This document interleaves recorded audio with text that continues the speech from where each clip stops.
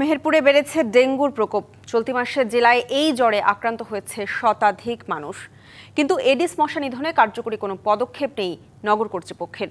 পর্যাপ্ত বরাদ্দ না থাকায় ওষুধ ছিটানো যাচ্ছে না দাবি প্রশাসনের। মেহেরপুর সদর হাসপাতালের চিত্র এটি। বিশেষায়িত এই ওয়ার্ডে হচ্ছে ডেঙ্গু রোগীদের চিকিৎসা। চলতি মাসে ডেঙ্গু আক্রান্ত হয়ে এখানে চিকিৎসা নিয়েছেন শতাধিক রোগী। রোগীরা বলছেন প্রথমে জ্বর, ঠান্ডা ও কাশি, পরীক্ষা করলেই ধরা পড়ছে ডেঙ্গু। খাবারে পরশুই গন্ধ এগুলা ছিল।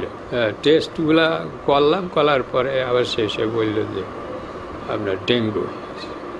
জেলা স্বাস্থ্য বিভাগের তথ্য অনুযায়ী চলতি বছর জেলায় 218 জন ডেঙ্গু আক্রান্ত হন, যার প্রায় অর্ধেকই শনাক্ত হন চলতি মাসে। গাংনী ও মেহেরপুর পৌরসভায় রোগীর হার বেশি।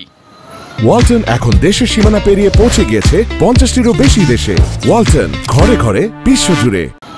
ডেঙ্গুর প্রকোপ বাড়লেও এডিস মশা নিধনে নেই কার্যকরী কোনো উদ্যোগ। মেহেরপুর সদর হাসপাতালের বাইরের এই চিত্রই বলে দিচ্ছে সে কথা। মানুষজনকে সচেতন করাও কোনো প্রস্তুতি নেই পৌরসভার পক্ষ থেকে, ইভেন অন্য কোনো মাধ্যম থেকেও সচেতনতা হচ্ছে না আমাদের। ডেঙ্গু নিধনের জন্য পৌরসভার থেকে কোনো সুব্যবস্থা নেই, এই বিষয়টা নিয়ে এখন সচেতন হওয়া উচিত। যদিও পৌর কর্তৃপক্ষের দাবি মশক নিধনে সচেষ্ট তারা, কিন্তু বরাদ্দের অভাবে ওষুধ ছিটানো যাচ্ছে না।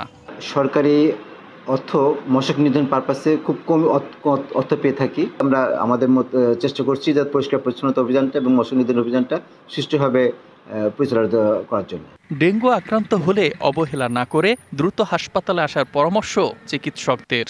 প্রথমত প্রাথমিক চিকিৎসার জন্য পল্লী চিকিৎসকের কাছে যাই, সেটা তারা প্রাথমিক চিকিৎসা দেওয়ার পরে 3 দিনের বেশি আসলে ওয়েট করা ঠিক না, হাসপাতালে চলে আসা উচিত। সব ডেঙ্গু রোগী কিন্তু মারাত্মক হয় না, যেটা মারাত্মক থাকে সেটা আমরা ভর্তি করে চিকিৎসা দিই, সেক্ষেত্রে আমাদের প্রয়োজনীয় ব্যবস্থা আছে। আমাদের ক্ষেত্রে মেসেজ যেটা হলো সেটা পানি যেন জমে না থাকে, আমরা দিনে রাতে যেন মশারি টানিয়ে ঘুমাই।